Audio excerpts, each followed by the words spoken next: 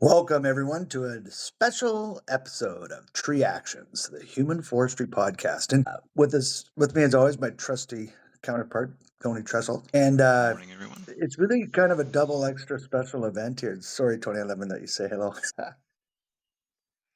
Well, it's a special episode today for two reasons. And the first one I want to just quickly mention is that Emmy is actually the inspiration behind the name, not the name Tree Actions, but the reasons I've got turned on to the human forest. And Emmy, it was you were the first person that kind It of was used me? Oh, that term, wow. and it's the reason. Yeah, I have to give you credit because at our team event, you were standing and said, I just am really I feel like a sapling amongst this forest of old growths. Well, some of us were old growths, but it just gave me this concept of a human forest. I don't know if you remember saying that after the Climerize. Cool. Yeah, so it's really it was your brain. You inspired me to start looking at things as a human forest. So thank you for that. And it's a very special episode because of that, and also that Emmy has been inspired by others to put on an event, and we want to help and promote that event. And so that's the reason for this special edition of Tree Actions. And Emmy, if you want to just give us a little background on the whole concept, inspiration, and what your dream and vision is for Spoke and Loam. Yeah, awesome. Well, thanks, Dwayne. Thanks, Tony. So, Spoke and Loam. Yeah, so if any of you out there have heard of Soak and Loam, it's a really awesome event that happens in the PNW or just before spring, I guess you could say, usually in February. And Ryan, who's a colleague of ours, he kind of inspired me and gave me the blueprint, and also told me to not give in and wait till next year and do it this year. So the whole event we're trying to encompass the idea of a lot like the human forest, that we're all in many ways spokes, and the hub in many ways is trees, or the forest that connects us is not only arborists, but people outside of arboriculture. Mm. Bring people together. I Yeah. Yeah, I remember when we were talking about it, Emmy. I thought it was interesting because you mentioned about you'd like it to be something that isn't just for arborists. Obviously, it's for arborists, but you'd like to do more to connect.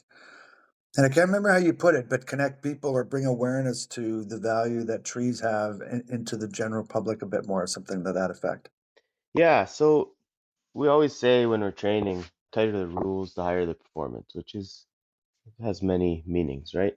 A lot of us are starting to think that, and I think we can all, on some levels, agree that the more that the general public understands trees, the easier it is for us to do our job.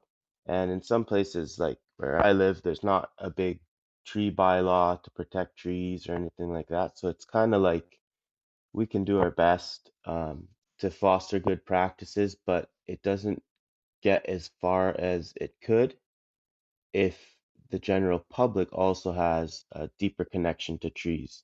And I think part of our job as arborists is to, in many ways, we're like that messenger to get people to touch trees, to get people to look at their trees more than just a, something with economic value, or something that gives them shade. There's so many ways that we can look at trees and try to describe them, but there's so much more than we could ever actually comprehend.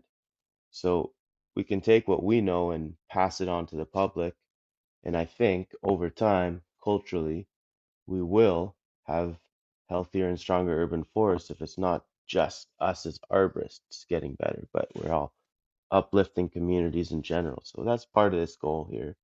Um, and the person organizing it with me, he is more of a nursery person, so he doesn't consider himself an arborist. So it was kind of a cool way to Mm. Dustin Bezier, actually.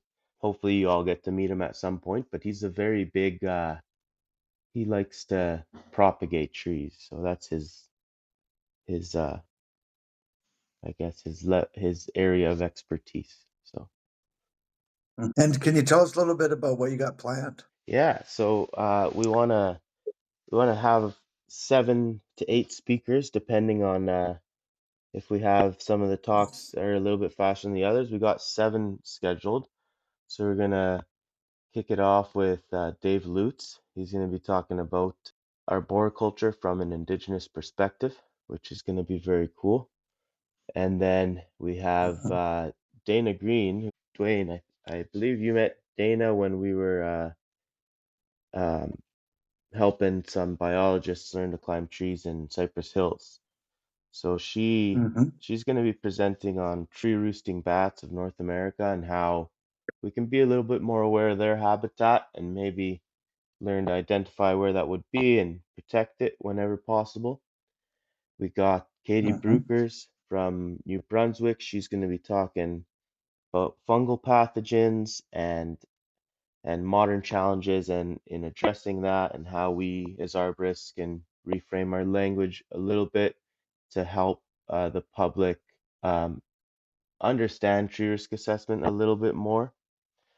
Amongst other things, that was one thing that I really took away from one of her presentations I saw at N Loam. So that's cool.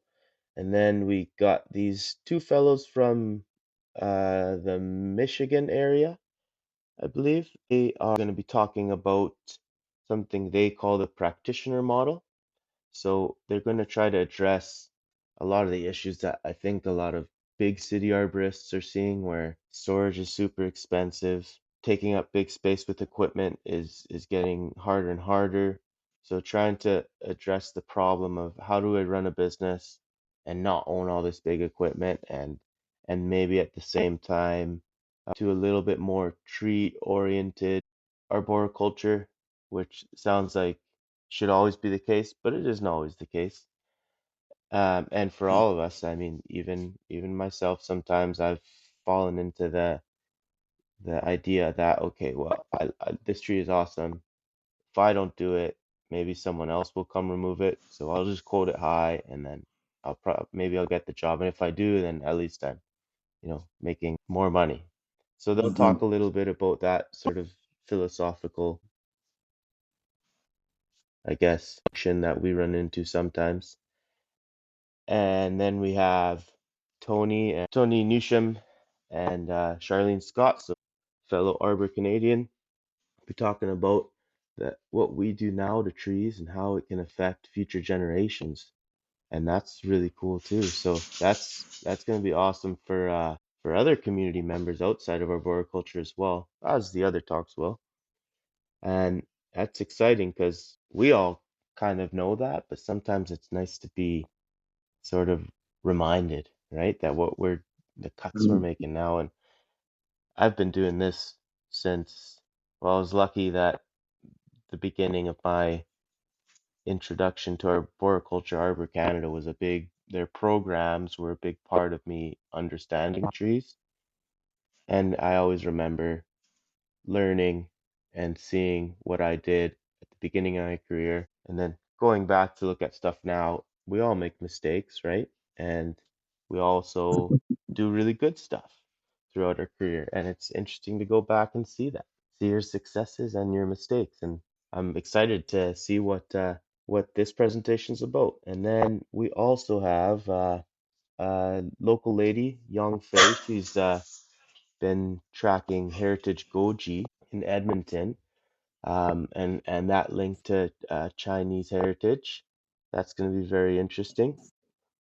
We have Dustin Bezier, he's created an interactive map for heritage trees in the Alberta area, and it's pretty cool because it's interactive to the point where you can like add features and be like, oh look, this like older oak is slated for removal, and we can collect seeds and start propagating them, or we can make sure that the wood gets salvaged. But it's a big map that's gonna make it easier for people to know where the heritage trees are.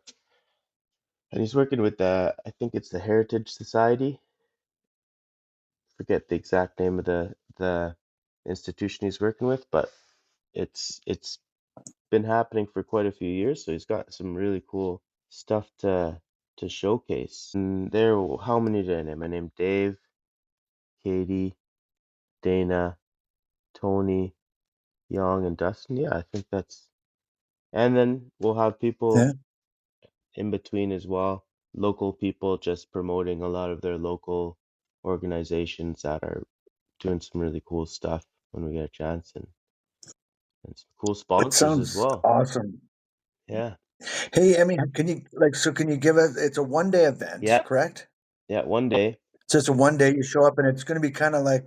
Can you just describe the your vision of it? Like, there's a lot of talks. Like, obviously, it's going to have somewhat of a schedule, but I'm envisioning kind of a flow, kind of a symposium type atmosphere. Is that Yeah. what you're going for? Yeah. So basically, we want to spark conversation, right? So the whole event well, there's going to be coffee, lots of coffee because arborists drink a lot of coffee, decaf for those who don't, and tea as well, right? So it's actually going to be held, so it's June 21st, 9 to 5 p.m. at the Fringe Arts Barn in Edmonton. And it's just a pretty cool venue, it's a pretty cool spot in town. And it's we're basically going to have speakers talk for about 45 minutes if they're on time. Then we're going to have about 15 minutes of questions. And if you've been to Soak and Loam, a lot of those questions sort of evolve into like really interesting conversations. And the conversation never stops at the end of the conference. It continues, over the next couple of weeks. And Hmm. sometimes other ideas get inspired. I hope that we can continue to do this every other year, but yeah, this is the first year. So the goal is to have uh, an event where people aren't just listening to presentations and then like not putting any input or anything like that. And we wanna have people, question what we're saying and talk about what their point of view is. So we do open the floor up for about 15 minutes of questions, and that's always fun because you get some nuanced points, and then sometimes it's ultimately it's a lot like when we teach, right? We if we don't Yeah. leave time for other people to ask questions, then a lot of things can fall between the cracks. So Yeah. So what is the what's the cost and what can people expect to receive so for like besides the talk show? Is there a lunch? Is there a party? What's going on? yeah, so there's a lunch thanks to our sponsors. Arbor Canada is going to be one of them. We got lunch, coffee, we got t-shirts included for the first 50 tickets sold. And then after that, I believe we're almost at no more t-shirts left, I believe. So if you want a t-shirt, then there's a little bit of time left, but um and then lots of prizes. So we got some cool stuff that lots of sponsors are sending to us. We got a cool list of sponsors like that are giving us Why don't you tell swag. us who your sponsors are? Give your sponsors a plug. Yeah, so far Arboriculture Canada. So you guys, have you heard of that company? Of training and education. Great outfit that offers accessible training. We got Divine Arboriculture is a co-worker of us. He donated 6 tickets and he donated them to people who maybe wouldn't be able to afford to come out. We got Grow Mushrooms Canada is going to be sending us some mushroom plug spawn. So if anybody wants to learn to grow wine cap mushrooms, it's a fun little thing you can do at home or wherever. Um, we got New Green, who's helping us with the t-shirts and gonna send us some swag as well. And yeah, we're working on getting a couple more, but there's also some local bike shops that are gonna be helping us out and also giving us some bike swag. So Yeah, I think we'd be remiss if we didn't mention a little bit about the connection with cycling. And if some of our listeners aren't aware, but you're kind of pioneering in some way the whole. Maybe not. I don't know. I guess I'll leave that up to you. But yeah. tell us about trees and bicycles. Yeah, so yeah, like you said, I don't think I'm pioneering it. I'm more than just like reintroducing uh s- a somewhat forgotten tool in our cities that are laid out a little bit differently in North America. I happen to be in a place in Edmonton where it is somewhat feasible to put my tools on a cargo bike and complete the work that needs to be completed by bike. And so I've been doing that for about 2 or 3 years now. Um, and I did a little bit of a presentation on that at N Loam, and I'll be presenting on the challenges that I face doing that and the benefits to it, and how someone can get started and what they should go for if they're trying that, and where its strengths lie and where its weaknesses lie as a system. So I'll also be presenting on that in Okotoks this fall at an ISA conference. And so yeah, so to me, bicycles mainly bring people together, right? If you ever go to any sort of group ride or biking event anywhere, you might find that people tend to create a community around who they ride bikes with, right? Riding bikes Mhm. also, it has so many benefits for us that we don't really consider outside of just exercise. There's so many social benefits. It gets us to experience our city a little bit more fluidly, and you're actually moving through the space physically, a lot like walking or hiking. And I think it's innately a little bit more human than other forms of transportation.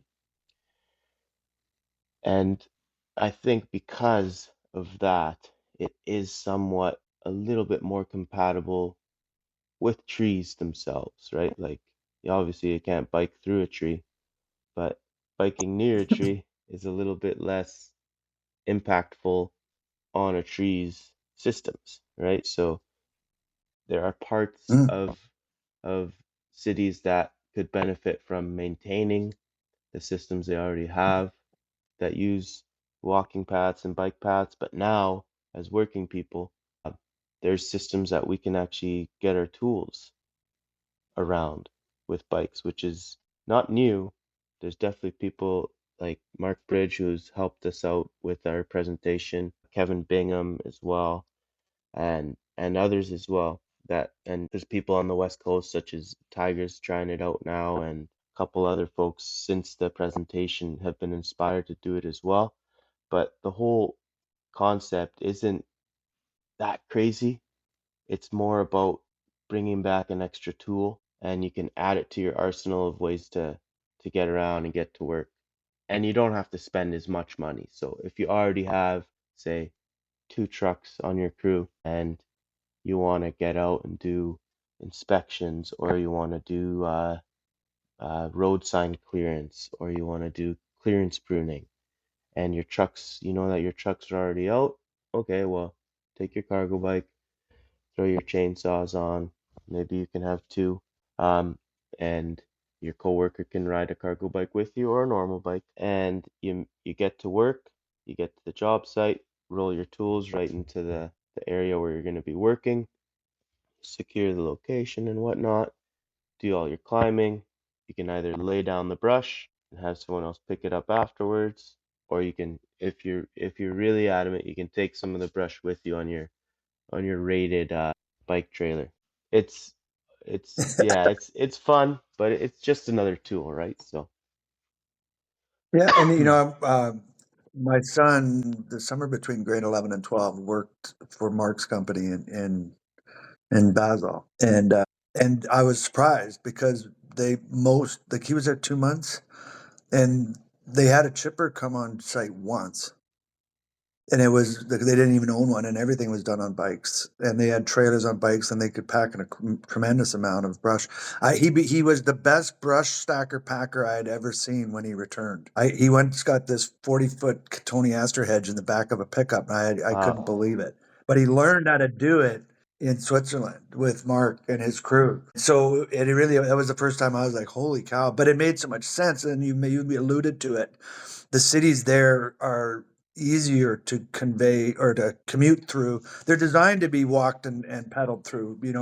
We have a bit to learn about that here in North America. It's kind of designed for that four-legged wheel jungle, and it seems a bit out there, but I think it's really cool what you're doing, and I definitely it's not uncommon at all in Europe. So it's not like it's out there. Yeah, it's super common there, yeah, and there are places here where it already makes sense.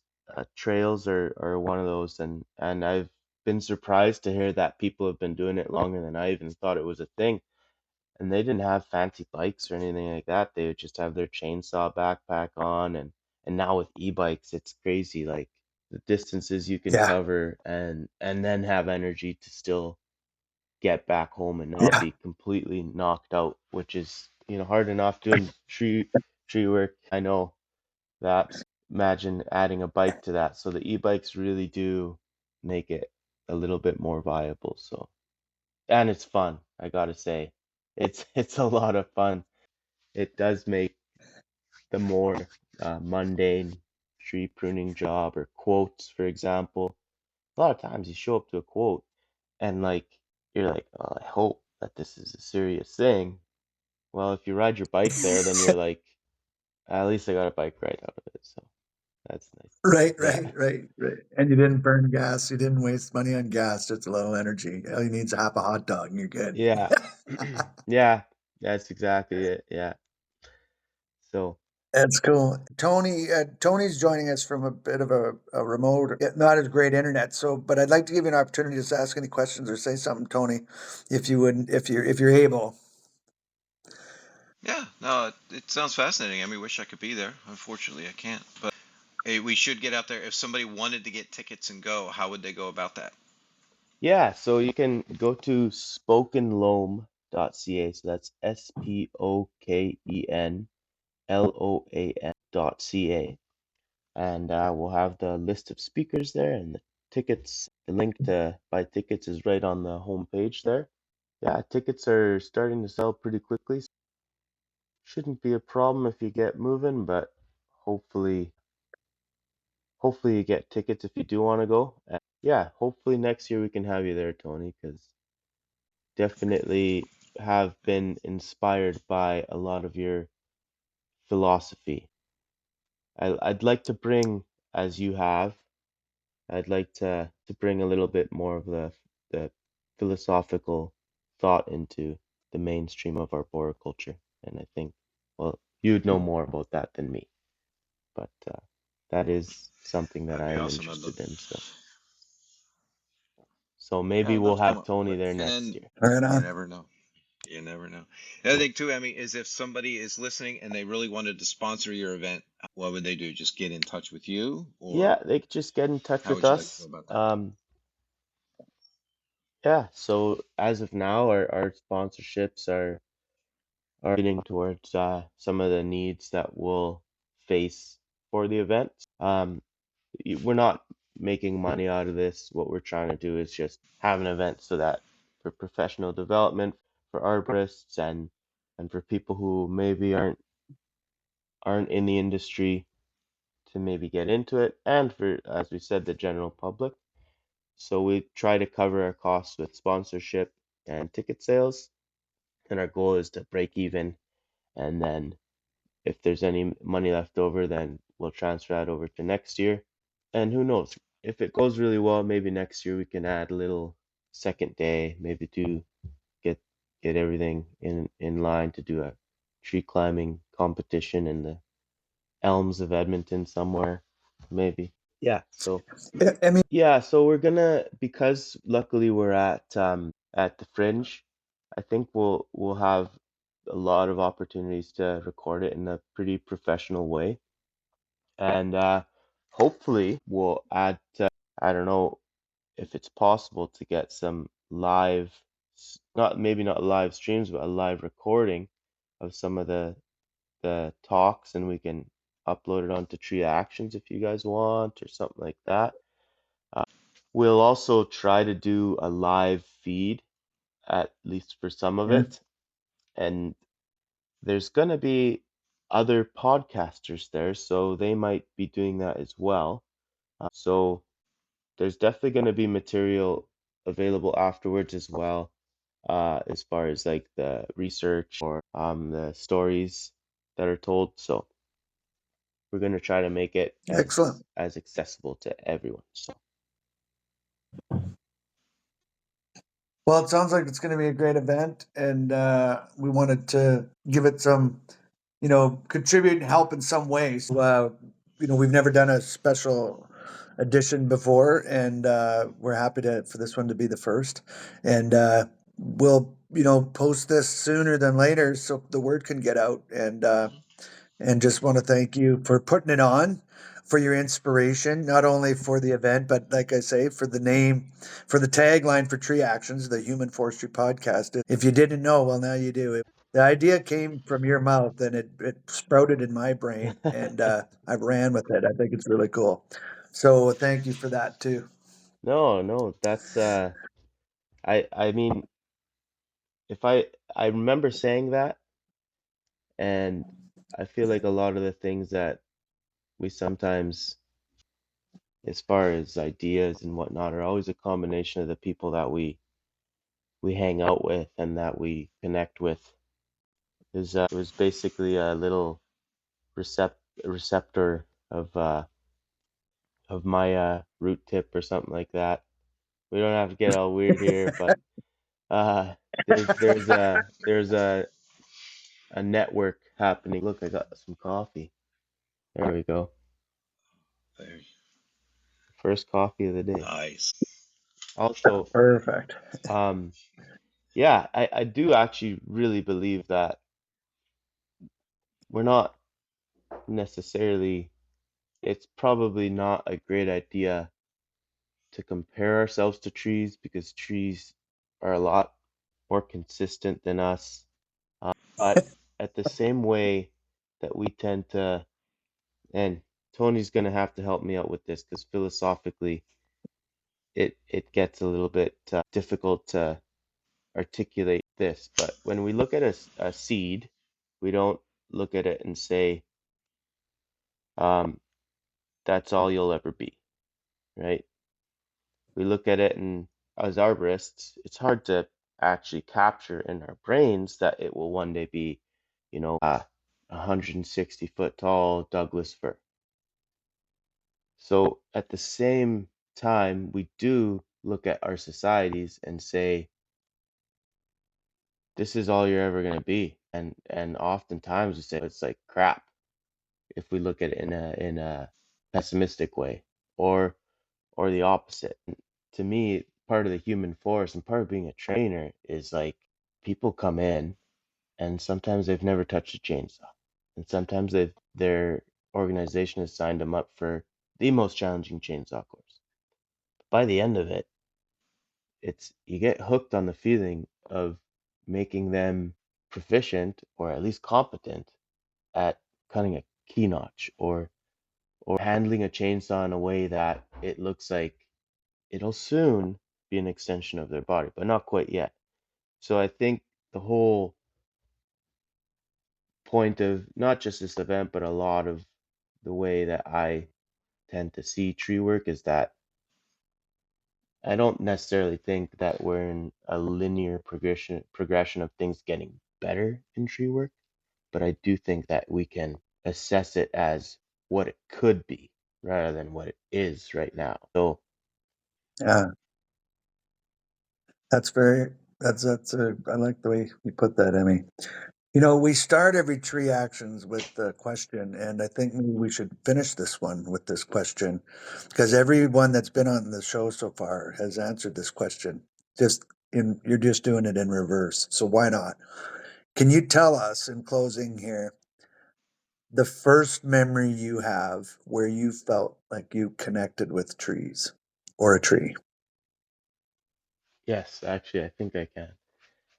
So I was thinking about this, and the funny thing is, there's probably 5 or 6 moments where that happened to me in my life, but maybe I wasn't like, oh, that's the one.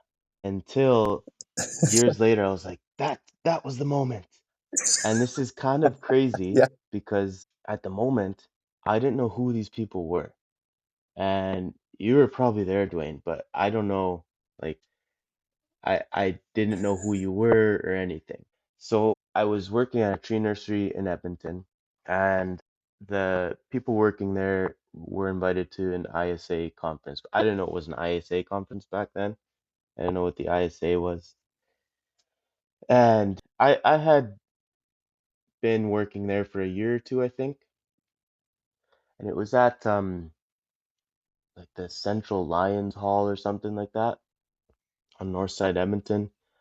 And it was later in the season. It was definitely outside of elm pruning season, and I know that now because there's a fellow there. I don't know if you've heard of him, and his name's Ed Gilman. I don't know who, but he was giving a lecture on tree pruning, and some of the stuff that he was saying, I don't know what it was, but it was like just clicking in my brain. I was like, that just makes sense.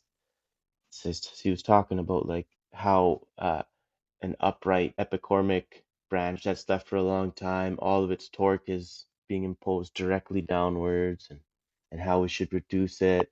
And the coolest thing was he had a climber go up the tree, and as he was pointing at branches, the climber would prune them. And that climber was Dave Lutz. I didn't know that until years later, but he footlocked up and he was climbing around, and I was like, damn, that's cool. That's really cool. Like, how do I get to that? And it was years before I was able to climb trees.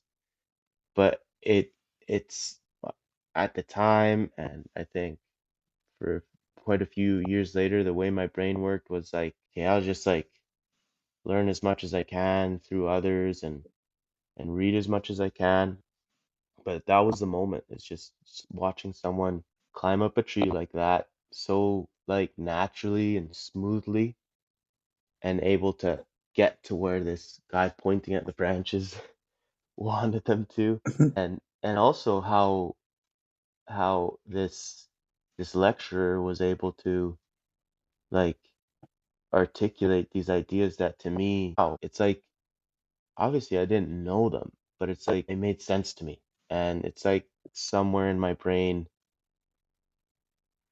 it's like I already knew that, but not because I knew it. It's like that knowledge was something maybe I saw somewhere else in the world, and it was now explained to me. It was an interesting experience that I can like look back on. Memory always changes the story in your head, but yeah, Absolutely, yeah, yeah. It's a narrative, right? yeah, Yeah, and that's okay too, and that's cool. Well, that's really neat, and you know, it's funny we haven't had Ed on the show. That's a good. We should maybe. I wonder if he probably would, but you know, you've mentioned it several people, and those listening may have already checked this out. But Dave Lutz has been on Tree Action, so has Ryan. Um, and there was others you mentioned. So, um, thank you so much, Emmy, for telling us about your event and telling us about your first experience. That's really cool. Ed loves doing that. Gilman always, it's his thing. You know, he has someone climb the tree and he tells and he teaches what he wants to teach while someone's going around the tree cutting, and like they got to wait, and he says, okay, cut it. No, there, yeah, cut it there, and he talks about it. It's a really cool thing that Ed does, and he's kind of well known for it. I've seen him do it. Yeah, that's awesome. awesome. Well, I also thank you so much, not just for bringing me on to Tree Actions, but for everything that both of you do in the tree community and the programs that you've both helped create. I think in the long run are gonna do a lot of good, and they already have, but they continue to. So yeah, thank you for being part of this event in the ways that you've inspired me. And if you're not here this time, well, hopefully the event inspires other events, and I'll see you there. And I know I'll see you both at some point. So Okay. Absolutely, Emmy. Thank you very much.